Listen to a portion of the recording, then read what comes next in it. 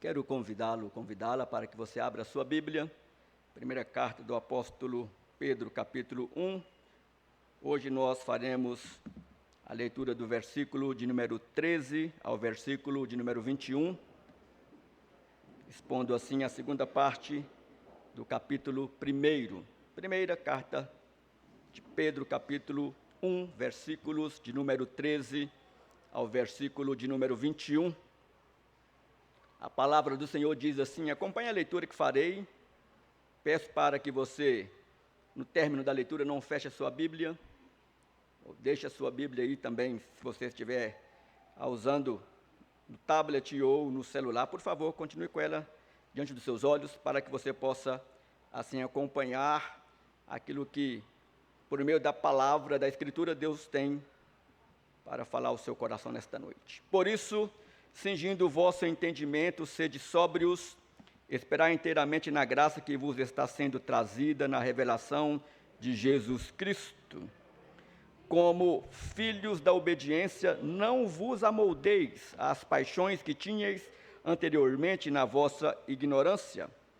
Pelo contrário, segundo é santo aquele que vos chamou, tornai-vos santos também vós mesmos em todo o vosso procedimento, porque escrito está: sede santos, porque eu sou santo. Ora, se invocais como Pai aquele que, sem acepção de pessoas, julga segundo as obras de cada um, portai-vos com temor durante o tempo da vossa peregrinação, sabendo que não foi mediante coisas corruptíveis, como prata ou ouro, que fostes resgatados do vosso fútil procedimento que vossos pais vos legaram, mas pelo precioso sangue, como de cordeiro sem defeito e sem mácula, o sangue de Cristo, conhecido com efeito antes da fundação do mundo, porém manifestado no fim dos tempos, por amor de vós, que por meio dele tendes fé em Deus, o qual o ressuscitou dentre os mortos e lhe deu glória, de sorte que a vossa fé e esperança estejam em Deus. Vamos orar? Feche seus olhos, curve a sua cabeça, faça a sua oração no nome de Jesus, pedindo para que Ele possa falar ao seu coração mais uma vez, por meio da palavra que será ministrada. Querido Deus, eterno Pai, somos-te gratos, porque o Senhor nos dá mais uma oportunidade de estarmos diante da Tua palavra, que é viva, a Tua palavra que é a nossa única regra de fé e prática, a Tua palavra que molda o nosso caminhar, que aponta o caminho, a direção, por ser a lâmpada, ó Deus, que alumia o caminho no ambiente de trevas. Deus, nós rogamos ao Senhor, no nome de Jesus, que o Senhor venha falar de forma poderosa ao coração de cada irmão e irmã que se faz presentes. Também fale ao coração daqueles que em outra oportunidade verão e ouvirão essa mensagem, e também com aqueles que nos acompanham de suas casas, por meio do canal do YouTube da igreja. Esta é a nossa oração no nome de Jesus. Amém. Amados, como nós devemos viver diante de um mundo que é extremamente hostil para conosco? Hoje pela manhã, o reverendo Nathan, ele trouxe uma palavra, um estudo, onde, fazendo uso do Salmo 101, do versículo 1 ao versículo 3, ele trouxe instruções a nós, irmãos e irmãs, crentes em Jesus, aos pais, como nós devemos lidar com as novas mídias que nós temos acesso. Nós temos que agradecer a Deus pelo privilégio que temos de ter uma tecnologia farta ao nosso dispor, mas ao mesmo tempo nós temos que ter muita prudência ao usar a tecnologia, aquilo que está à nossa disposição, porque é por este meio que alguns irmãos e algumas irmãs têm se desviado do caminho do Senhor, porque muitas são as ciladas, muitas são as propostas que aparentemente têm a nós uma capa de algo que é belo e bom, mas no momento em quando nós acessamos e quando nós começamos a tomar ciência do conteúdo, e se gradativamente nós vamos percebendo que aquilo contraria a Deus e a sua palavra, e se a gente não distancia daquilo, nós vamos nos tornando presas fáceis para sermos engolidos por um mal que tenazmente nos assedia. E se você não esteve aqui pela manhã, e se você não acompanhou pela a internet de suas casas, eu peço para que você, ao chegar na sua casa, hoje ou amanhã, vá ao canal do YouTube da igreja e dá uma analisada naquilo que foi ensinado na manhã aqui, e você verá que será de muita valia para a sua e para a minha vida. Por que eu estou dizendo isso? Porque este era o contexto que os irmãos e as irmãs, no contexto onde esta carta foi escrita, viviam. Nós devemos lembrar que no capítulo 1, do versículo 1 ao versículo de número 12, Pedro está ensinando esses irmãos a se manterem firmes, tendo um padrão de fé sadio, a despeito das adversidades, a despeito da perseguição, que era extremamente dura. E ele usa 3 palavras que são extremamente importantes para aqueles irmãos no passado e para nós nos dias de hoje. Ele vai dizer para nós que a nossa fé se mantém firme em Cristo Jesus, quando nós entendemos que nós fomos chamados para a glória, ou para glorificar o nome de Deus, a despeito daquilo que nós estamos vivendo aqui e agora. Mas ele também vai dizer para nós que nós glorificamos a Deus quando nós estamos firmes em uma esperança que é viva, e que essa esperança, ela dá a nós a garantia certa e real de que a obra de Jesus se consumará, ele virá para nos buscar, e que nós estaremos no tempo dele, habitando com ele para todo sempre, na glória celestial. E enquanto isso, Pedro vai dizer que nós devemos viver segundo a graça, ou esperando na graça do Senhor, porque é esta graça que nos dá força e coragem para enfrentar as adversidades. Então, Pedro, ele continua na mesma temática. Se hoje nós somos perseguidos, e se nós temos a glória de Deus, ou se nós temos que glorificar a Deus, nós vivemos diante de uma firme esperança, alicerçados na graça. Pedro continua a nos encorajar, agora usando mais 3 palavras, para que nós possamos nos ajustar num contexto que é completamente adverso a mim e a você. Obviamente que nós não temos uma perseguição acirrada sobre nós, dentro do nosso país, mas nem por isso deixa de nos mostrar que somos perseguidos também, de uma forma velada ou não. Então Pedro, ele vai trazer para nós uma palavra, queridos, que já está lá no final. Deixa eu retornar aqui. É isso aí mesmo, Dinho? Ficou no último ponto? Tá ok. Mas ele vai trazer para nós algumas 3 palavras para que a gente possa entender como nós devemos viver neste contexto hostil para conosco aqui agora. E lembrando que nós temos 3 inimigos em potencial, e que nós travamos uma batalha imensurável contra esses 3 inimigos. Primeiro, é o nosso próprio coração depravado. O nosso coração, ele é depravado, e por isso nós temos que lembrar, queridos, que este coração precisa ser direcionado e habitado totalmente por Deus, porque é este Deus, o Espírito Santo, que vai nos limpar de todas as nossas impurezas e iniquidades. O segundo inimigo que nós travamos a luta contra ele é o próprio mundo, é um mundo hostil, um mundo que age segundo os padrões contrário a Deus. E o terceiro inimigo é o próprio Satanás, que também está sempre trazendo a nós propostas em que são contrárias a Deus. Então, quais são as 3 palavras que Pedro usa para dar direcionamento a nós num contexto adverso? A primeira palavra que Pedro vai dar a nós é a santidade. Como é que nós devemos viver de uma forma em que a gente seja agradável a Deus? Olhe para o Deus Santo e viva uma vida santa. É isso que ele vai dizer no versículo 13 ao versículo de número 16. Por isso, cingindo o vosso entendimento, sede sóbrios, esperar inteiramente na graça que vos está sendo trazida na revelação de Jesus Cristo. Não vos amoldeis às paixões que tinhais anteriormente. E lá no versículo de número 15, Deus nos chamou para viver uma vida santa, sede santo porque Ele é santo. Então, se a gente vive dentro de um contexto adverso, que nós temos inimigos que investem contra nós, nós temos um padrão da Escritura, o próprio Deus é o nosso padrão, para que a gente viva de uma forma que seja agradável a Ele e que a gente faça diferença aqui e agora.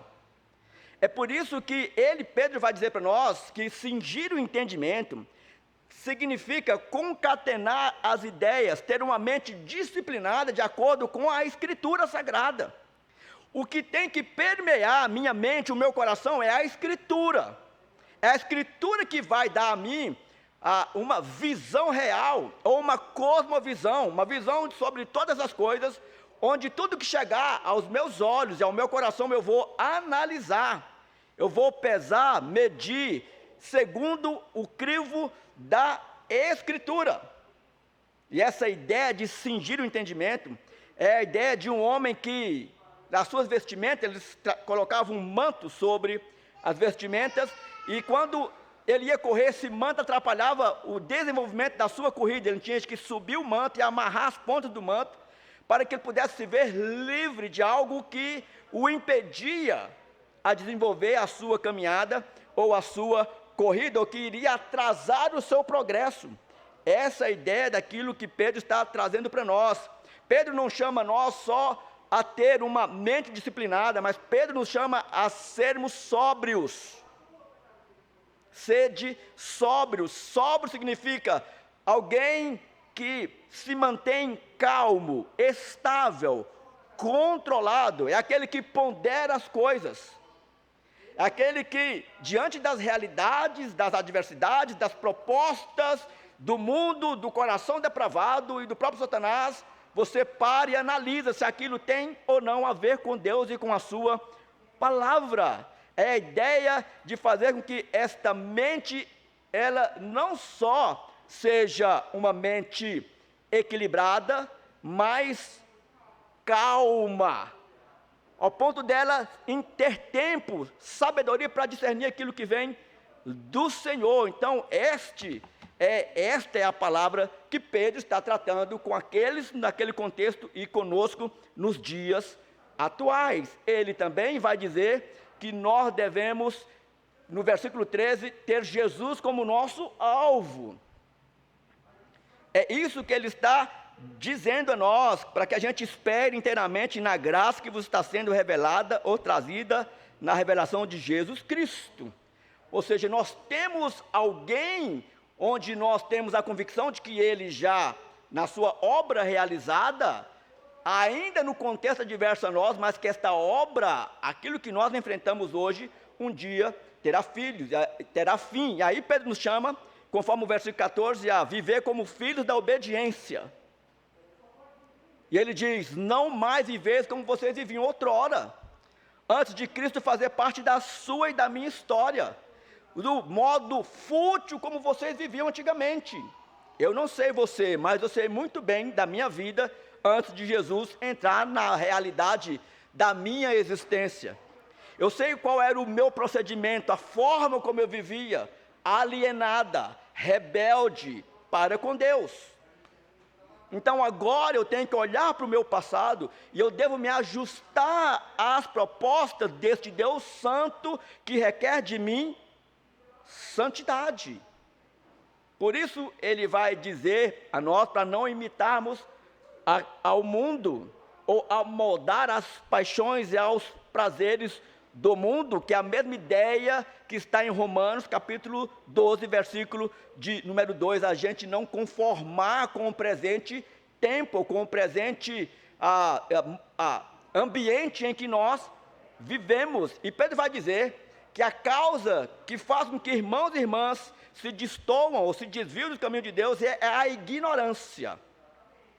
A ignorância que leva à tolerância àquilo que não procede de Deus.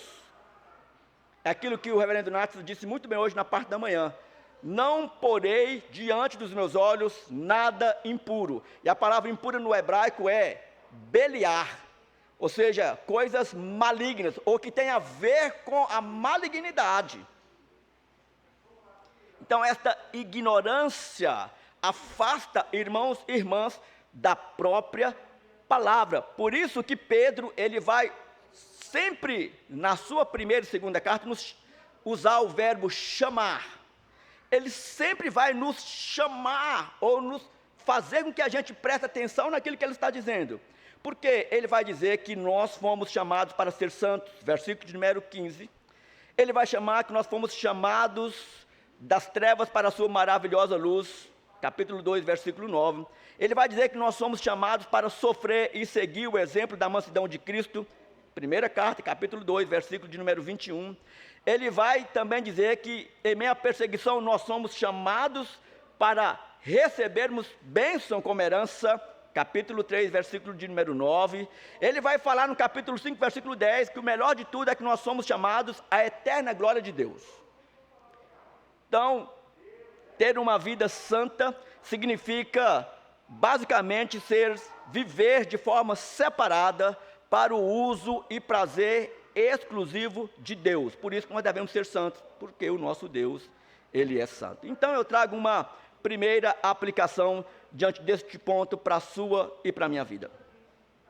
Diante de um mundo que jaz no maligno, que sempre nos incentiva a vivermos a revelia ou em rebeldia com Deus, o melhor caminho a seguirmos é o da submissão e obediência à Sagrada Escritura, que nos conduz a um caminho de santificação ou de santidade.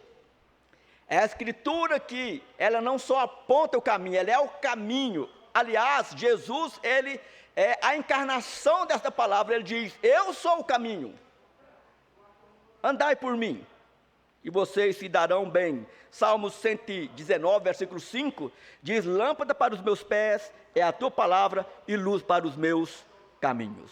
Mas também há uma segunda palavra aqui que Pedro, ele quer trazer a nós um momento de reflexão. Se a primeira palavra tem a ver com a santidade de Deus, com o amor de Deus, a segunda palavra tem a ver com a justiça de Deus. Aquilo que o nosso irmão, o presbítero Paulo Marins, acabou de falar na liturgia. Deus é amor, mas Deus é justo, e Ele não deixa que os nossos pecados fiquem sem ser tratados. Nenhum deles. Versículo 17 diz: ora, se invocais como Pai, aquele que sem acepção de pessoas, julga segundo as obras de cada um, portai-vos com temor durante o tempo da vossa peregrinação, durante o tempo da vossa caminhada. Primeiro passo é manter-se puro em um mundo contaminado, tendo uma vida reta e santa. O segundo passo é manter-se puro em um mundo contaminado, é entender que pelo fato de Deus ser santo e justo, Ele não faz concessão ao pecado. Ora, se invocais como Pai aquele que sem acepção de pessoas, a ideia aqui, irmãos, é de entender esses atributos de Deus. Deus é aquele que trata dos nossos pecados. E sobre qual julgamento que Pedro está escrevendo aqui? É o julgamento das nossas obras, das nossas palavras. Deus vai pesar e Deus vai julgar todas as minhas atitudes, todas as minhas palavras e as suas também. Ele vai chamar a cada um de nós individualmente e vai pedir conta daquilo que nós falamos, da forma como nós agimos. Então, o termo grego traduzido por julgar aqui tem o sentido de julgar a fim de encontrar algo de bom. É Deus que vai analisar o meu e o seu coração. É Deus que vai pesar as minhas e as suas obras, quais foram as motivações que me fizeram agir ou falar em determinada situação. Assim sendo, se eu sei que este Deus, a despeito de Ele ter me salvado, Ele requer de mim uma postura pelo fato de, se eu pecar, Ele vai me disciplinar e vai me tratar, eu tenho que andar com temor, temê-lo, porque Ele é justo e Ele vai tratar com o meu pecado. Assim, Paulo escreve na segunda carta à igreja em Corinto, capítulo 7, versículo 1, tendo, pois, ó amados, tais promessas, purifiquemo-nos de toda impureza, tanto da carne como do espírito, aperfeiçoando a nossa santidade no temor de Deus. Nós temos que temer a Deus. Nós nos iludimos com referência aos nossos pecados. Mais uma vez, eu faço alerta, eu não sei você, mas eu sei de mim. Quantas vezes eu pequei e eu tentei me convencer de que eu não tinha pecado. É assim que nós agimos. Nós sempre buscamos uma válvula de escape. Nós sempre apontamos o erro do outro e não assumimos o nosso pecado. Mas nós não temos como esconder isso de Deus, porque o nosso Deus é onisciente. Não tem como a gente esconder de Deus. Se eu subo ao mais alto céu, o Senhor está lá. Se eu desço ao mais profundo abismo, o Senhor está lá também. De onde eu me ausentarei da tua presença? Então perceba, se Deus me chama a viver uma vida santa, Ele requer de mim cuidado para que eu também possa lembrar que Ele é um Deus que disciplina. E vou falar uma coisa para vocês. E Deus às vezes disciplina de forma duríssima. Eu já passei por algumas disciplinas de Deus. E eu confesso para os irmãos que é uma disciplina extremamente dolorosa. Porque Deus, Ele te disciplina, trazendo à sua mente, ao seu coração, o porquê que Ele está te disciplinando. E Ele vai trazendo à sua mente, ao seu coração, vários textos da Escritura. E Ele vai nos convencendo de que nós tínhamos tudo para não pecar. Mas nós pecamos. Mas não se iluda que Deus não vai te pedir conta. Eu já cansei de ouvir, e você também. Pastor, mas o fulano, a fulana, diz que é crente. Olha a vida dele e dela. Apronta e parece que não acontece nada. Por quê? Será que Deus está fazendo vista grossa com ele ou com ela? Não está. Duas coisas nós podemos, pela a palavra, analisar. Primeira coisa, se for filho ou filha, vai ser disciplinado no tempo de Deus e na hora dele, não fica sem disciplina. Mas pode ser que este ou esta não seja filho ou filha de Deus, porque segundo a carta aos Hebreus capítulo 12, o autor diz que Deus disciplina somente filhos, mas mesmo assim, deixamos essas questões com Deus. Eu quero trazer uma aplicação prática para a sua vida dentro deste ponto, deste segundo ponto. Então, existe algo que precisamos entender de uma vez por todas. Já somos salvos por Cristo e tivemos todos os nossos pecados perdoados por Ele. Todavia, ainda portamos uma natureza depravada que sempre nos faz pecar diariamente. Primeira carta de João, capítulo 1, versículo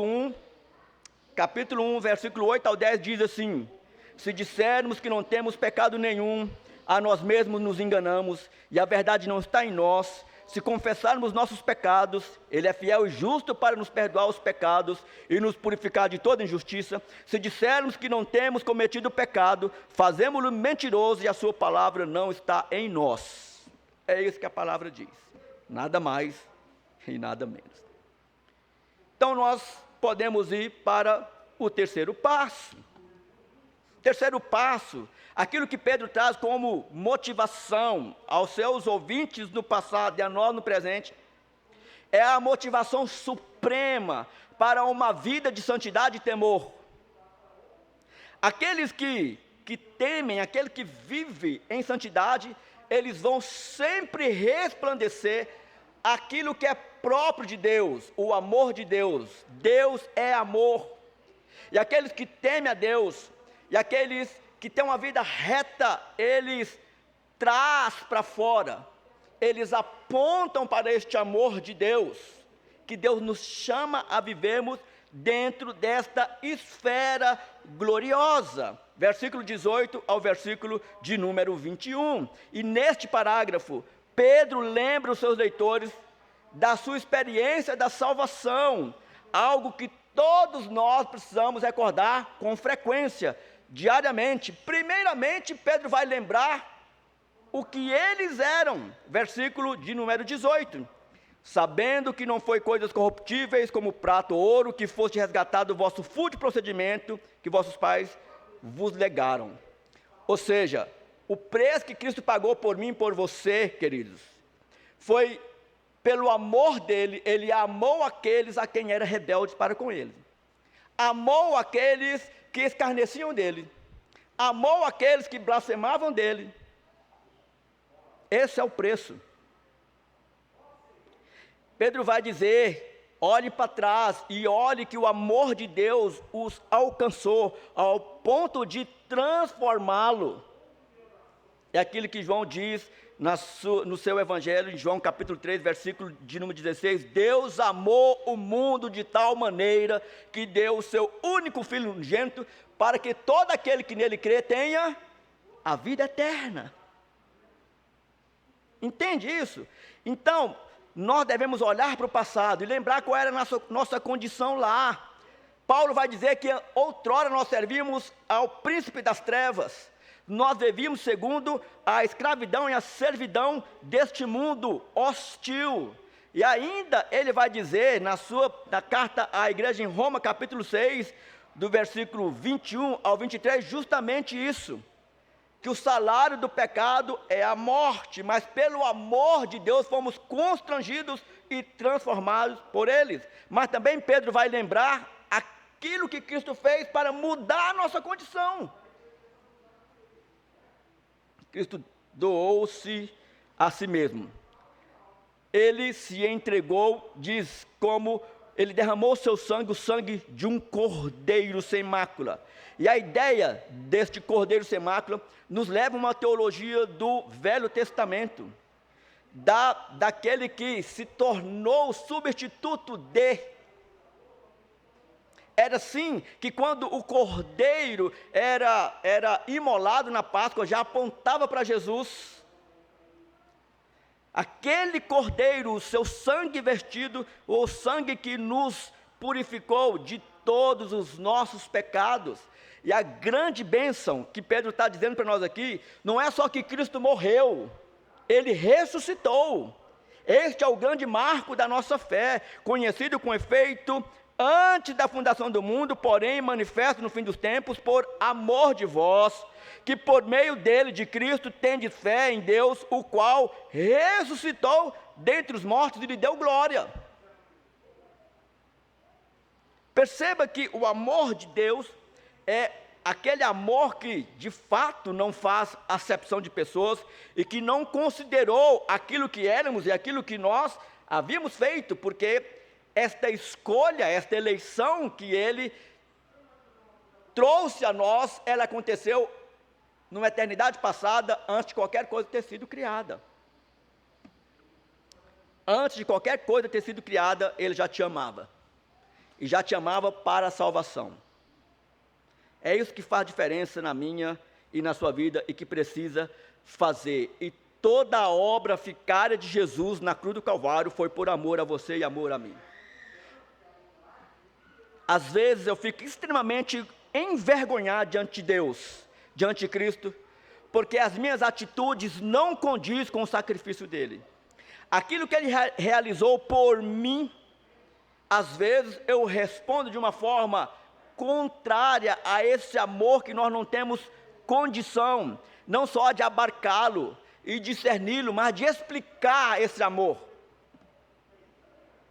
Paulo vai dizer na carta aos Romanos, capítulo número 6, que se você quer uma prova do amor de Deus para com você, Paulo diz, a prova do amor de Deus para com você é que Cristo Jesus morreu por você e por mim, quando nós éramos pecadores. Você quer uma prova de amor maior do que essa? Não existe. Então, estas três palavras, santidade, o julgamento de Deus e o amor de Deus, ela deve nos encorajar num contexto que é adverso, num contexto que é hostil, onde os três inimigos que eu outrora falei, eles investem contra nós para nos fazer desviar de Deus e da sua palavra. Assim sendo, eu quero concluir este sermão lembrando uma história de uma irmã chamada Frances Ridley. Certa feita ela viu uma pintura do Cristo crucificado com a seguinte inscrição: fiz isto por ti, que fizeste por mim? Mais que depressa, ela pegou uma caneta e escreveu alguns versos, mas insatisfeita com aquilo que ela havia escrito, ela jogou o papel na lareira. Por milagre, aquele papel permaneceu intacto. O seu pai, curioso, pegou aquele papel e ele então incentivou aquela filha a expor ou terminar a composição do hino que nós cantamos hoje, o hino de número 270, que é Desafio.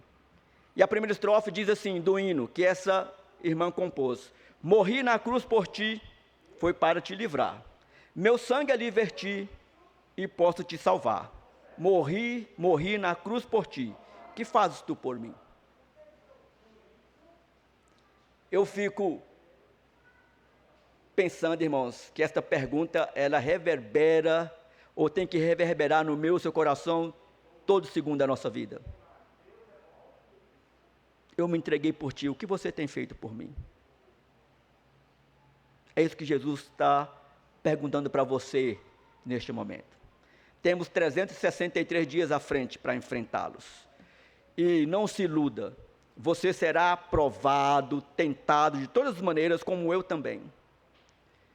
Mas se nós lembrarmos, irmãos, do sacrifício de Jesus, do seu amor, daquilo que Ele requer de nós, de uma vida santa, e que mesmo quando nós falhamos e pecamos, Ele nos disciplina com amor, nós teremos um ano cheio de adversidades, mas com a convicção de que iremos vencê-los na graça, na esperança e na glória do nosso Deus.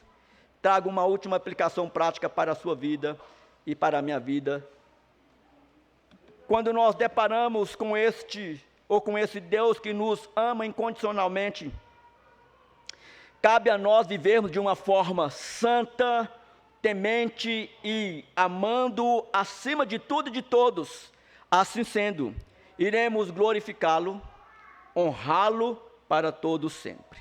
E devemos lembrar aquilo que Paulo escreve ao jovem pastor Tito, na carta que ele escreve, capítulo 2, versículo 11 ao 14, que diz o seguinte: porquanto a graça de Deus se manifestou salvadora a todos os homens, educando-nos para que, renegadas a impiedade e as paixões mundanas, vivamos no presente século, sensata, justa e piedosamente, aguardando a bendita esperança e a manifestação da glória do nosso grande Deus e Salvador, Cristo Jesus, o qual a si mesmo se deu por nós, a fim de remir-nos de toda iniquidade e purificar para si mesmo um povo exclusivamente seu, zeloso de boas obras.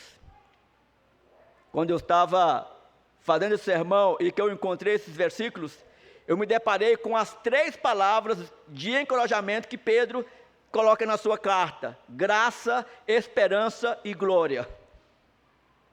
E eu acabei, é lógico, assim, convencido por Deus de imediato, querido, que a forma como Deus inspirou Pedro e Paulo, João, todos os escritores da Escritura, é algo tão sobrenatural, que a mensagem a despeito de um escrever no século I e o outro anos depois, ou séculos depois, é a mesma mensagem. Desde Gênesis ao Apocalipse, a mensagem que nos incentiva, que nos dá coragem a enfrentar esse mundo hostil, que jaz no maligno, que está em trevas, e que nós aqui vivemos, mas não somos daqui. Aqui estamos, aqui temos que fazer a diferença, aqui temos que resplandecer a luz de Cristo e sermos o sal da terra. Dito isto, peço para que você feche seus olhos, curva sua cabeça e nós vamos orar no nome de Jesus. Deus querido, Deus que nos instrui por meio da santa palavra, nós te exaltamos, te glorificamos, porque por meio da glória do Senhor, a glória excelsa, a esperança viva, nós, ó Deus, firmados na tua graça, nós temos condições de viver uma vida santa, reta, porque o Senhor habita no nosso coração por meio da terceira pessoa da Santíssima Trindade, o Espírito Santo. Mas também nos faz olhar para o nosso coração depravado, para as propostas satânicas, mundanas que chegam a nós, nos dê sabedoria, discernimento, para refugar essas propostas, todas elas, e viver, ó Deus, de uma forma que seja agradável a Ti, firmados no Teu amor, que nos constrange, e que nos leva, ó Deus, a nos render a Ti, porque por amor o Senhor se entregou a nós, dando a nós a vida eterna. Obrigado, ó Deus, por mais um ano que o Senhor concede a cada um de nós. Dá-nos força, sabedoria, graça, para fazermos diferença, testemunharmos do Senhor todos os dias deste ano, e até enquanto o Senhor conceder vida a cada um de nós. Oramos no nome de Jesus, amém e amém.